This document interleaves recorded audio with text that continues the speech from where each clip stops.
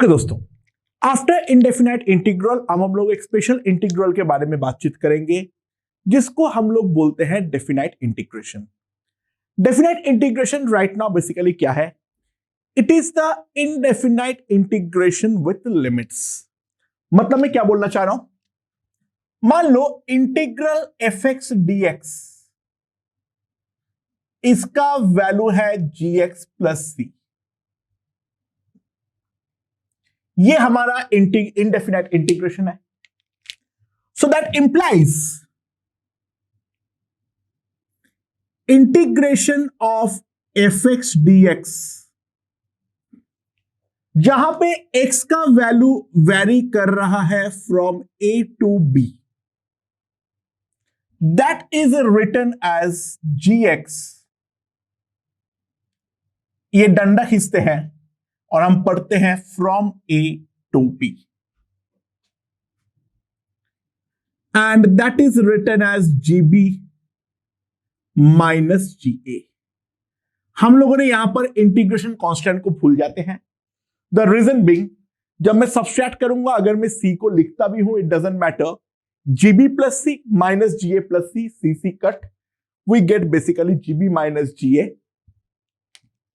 Definite integration में हमें limit लिखने की कोई जरूरत नहीं होती है। ओके, तो a जो है इसको हम बोलते हैं लोअर लिमिट, a जो है इसको हम बोलते हैं लोअर लिमिट, और b जो है इसको हम बोलते हैं अपर लिमिट। a जो है उसको हम बोलते हैं लोअर लिमिट, और b जो है इसको हम बोलते हैं अपर लिमिट। इनडेफिनाइट इंटीग्रेशन जहां पर हमें एक फंक्शन देता है नया, definite integration basically gives us a value. Definite integral basically gives us a value. Okay, देखो डेफिनाइट इंटीग्रेशन के ऊपर तो पूरा एक मैथ्स में चैप्टर है, उसके बहुत सारे प्रॉपर्टीज है, इनडेफिनाइट इंटीग्रेशन से काफी ज्यादा अलग है। बट राइट नाउ हमारे लिए फिजिक्स में जो काम का है, डेफिनाइट इंटीग्रेशन केवल और केवल वैल्यू ऑफ इनडेफिनाइट इंटीग्रेशन है। इसके अलावा और कोई एज सच हमारा इंप्लीकेशन हम डेफिनाइट इंटीग्रेशन से ड्रॉ नहीं करेंगे। सो अगर मान लो हमारे पास है इंटीग्रल 1 से 2 x dx, तो इसका अगर हमें वैल्यू निकालनी है तो सिंपली हम क्या करेंगे, x को नॉर्मली इंटीग्रेट करो तो हमारे पास क्या आ जाएगा, और कहां से कहां इंटीग्रेट करना है, 1 से 2 तक। तो इसको हम कैसे लिखेंगे, that is 2 square minus 1 square by 2, and that will be equals to 3/2। ठीक है। सिमिलरली अगर मान लो हमें इंटीग्रेट करने बोला, integration of sine X dx from 0 to π/2। Now sine X का इंटीग्रेशन क्या होता है, साइन एक्स का इंटीग्रेशन होता है सिंपली माइनस कॉस एक्स। तो मैं क्या पुट करूंगा, minus cos π/2 minus cos 0। Cos π/2 cos 90 is basically 0, and cos 0 is 1। 0 minus 1, ये वैल्यू कितनी आ जाएगी, 1। आई होप ये समझ में आया होगा। ठीक है, सो बेसिकली डेफिनाइट इंटीग्रेशन को किस तरीके से हम इंप्लाई करते हैं वो चीज समझ में आया होगा। अच्छा, इसको एक बार मैं थोड़ा ग्राफिकली समझाना चाह रहा हूं, पहले वो चीज देख लो। मान लो ये है y, ये है x। ठीक है, समझ में आया? हमारा जो fx है वो कुछ इस तरीके से है। ठीक है, नाउ ये वाला जो पॉइंट है that is x equals to a है, और ये वाला जो पॉइंट है that is x equals to b है। ये है हमारा y इक्वल्स टू fx। ये जो है that is equals to y equals to fx। Okay, now ये वाला चीज अब फिजिकली क्या रिप्रेजेंट करता है?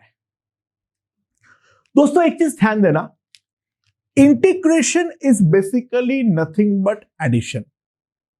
Integration is nothing but addition. ध्यान दो, मान लो मैं कोई भी एक जनरल एक्स पर अगर एक छोटा सा टुकड़ा काट लूं,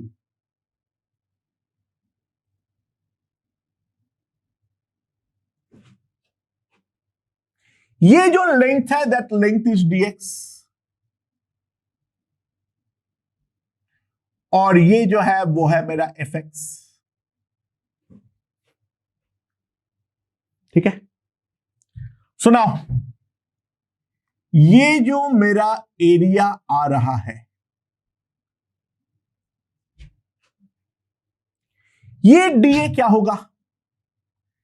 अच्छा, बहुत छोटे टुकड़े के लिए इसको मैं प्रैक्टिकली एक रेक्टेंगल मान सकता हूं जिसका लेंथ जो है वो है fx और जो विड्थ जो है वो है मेरा dx।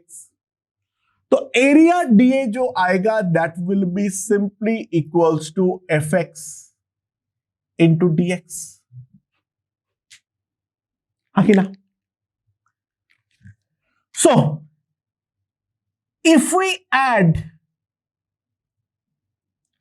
all these areas,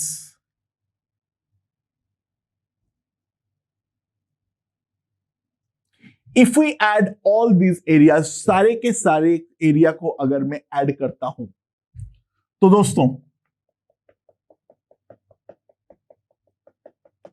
हमें इवेंचुअली ट्राई टू अंडरस्टैंड ये सारे के सारे रेक्टेंगल हम कवर करेंगे, और इसके अंदर जितना भी एरिया है वो पूरा एरिया मुझे मिल जाएगा। मतलब बेसिकली मुझे क्या मिलेगा?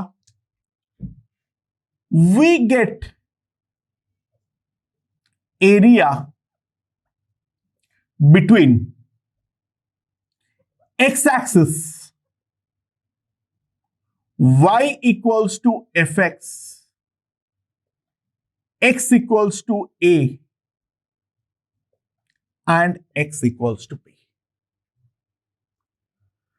So basically indefinite integration का और एक जो इंटरप्रिटेशन है वो है, so integral a to b fx dx is equals to area a, जहां पे एरिया a जो है वो ये वाला एरिया को रिप्रेजेंट करता है। ठीक है, अच्छा ध्यान देना, area above the x axis, area above the x axis is taken as positive area and area below it is taken as negative area। X axis के ऊपर जितने भी एरियाज होंगे उन सबको हम मानेंगे पॉजिटिव एरिया। यानी अगर मान लो हमारा ग्राफ कुछ इस प्रकार है, देखो वाई एक्सिस का लोकेशन पे कोई फर्क नहीं पड़ता है, अगर हमारा कुछ भी है मान लो इस तरीके से है, ये ए है और ये हमारा बी है, तो ये जो दोनों एरिया है ये हमारा एक्स एक्सिस के ऊपर है। सो ये वाला एरिया को हम पॉजिटिव एरिया बोलेंगे और ये वाला एरिया को भी हम पॉजिटिव एरिया बोलेंगे। लेकिन जो भी एरिया हमारा नीचे होगा एक्स एक्सिस के, उस चीज को हम बोलेंगे नेगेटिव एरिया।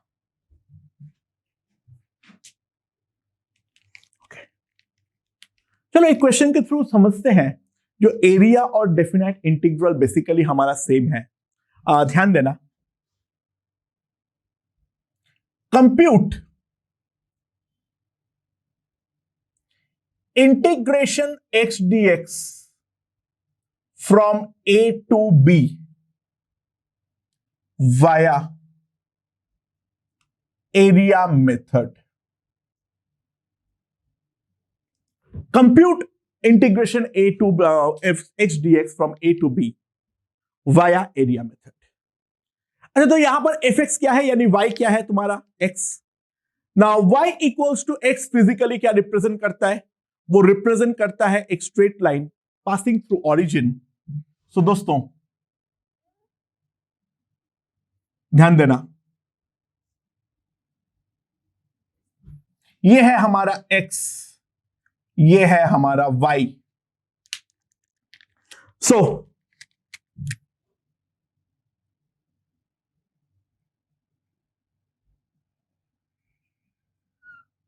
ये है हमारा f x equals to x, a straight line passing through origin.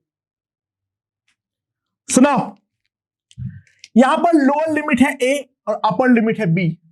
मैं a और b दोनों को पॉजिटिव मान ले रहा हूं, उससे कुछ फर्क नहीं पड़ता है।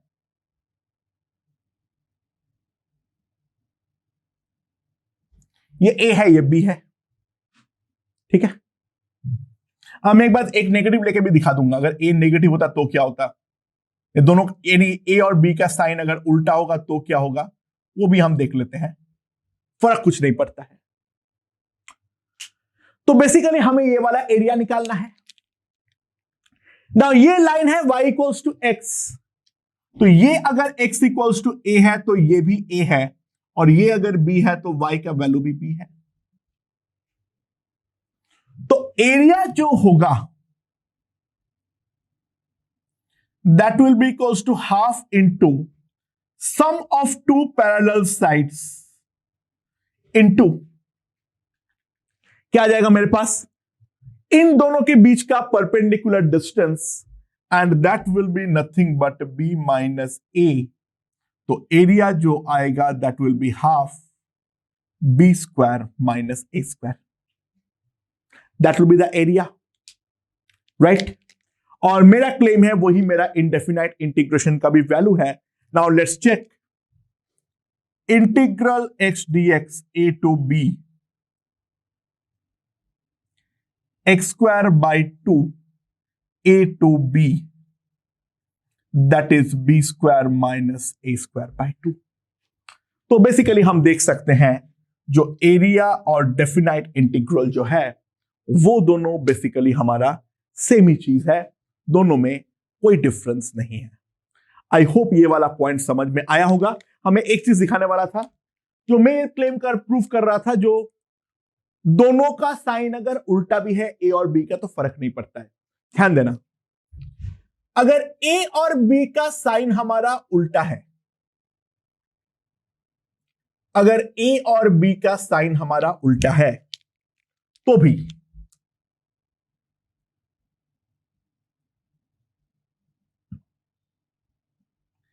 देखो, ध्यान दो, ये है मान लो x इक्वल्स टू a और ये है मान लो x इक्वल्स टू b। अच्छा, ये a है तो ये वाला भी a है, ये b है तो ये वाला भी b है, ऑब्वियस सी बात है। तो ये जो ट्रायंगल बनेगा इसका एरिया कितना होगा, देखो मैग्नीट्यूड वाइज तो हाफ a स्क्वायर आएगा, बट ये x एक्सिस के नीचे है तो हम एरिया को कंसीडर क्या करते हैं, नेगेटिव। तो अगर हमारा एरिया x एक्सिस के नीचे है तो इसका एरिया होगा माइनस हाफ a स्क्वायर, और ये x एक्सिस के ऊपर है तो ये वाला एरिया कितना आएगा? That will be simply half b square. तो मेरे पास टोटल एरिया जो आएगा, तो मेरे पास टोटल एरिया क्या आएगा? मेरे पास टोटल एरिया आएगा that will be equals to half b square minus half a square, that is equals to b square minus a square by 2। तो इट डजंट मैटर ए और बी का साइन सेम है या फिर उल्टा है, दोनों से हमें एग्जैक्टली सेम चीज मिलने वाली है। ओके अच्छा, एक इंपॉर्टेंट प्रॉपर्टी मुझे लिखवाना है, इनफैक्ट दो, बाकी ऐसे बहुत सारे प्रॉपर्टीज होती है वो हमारे काम की नहीं है।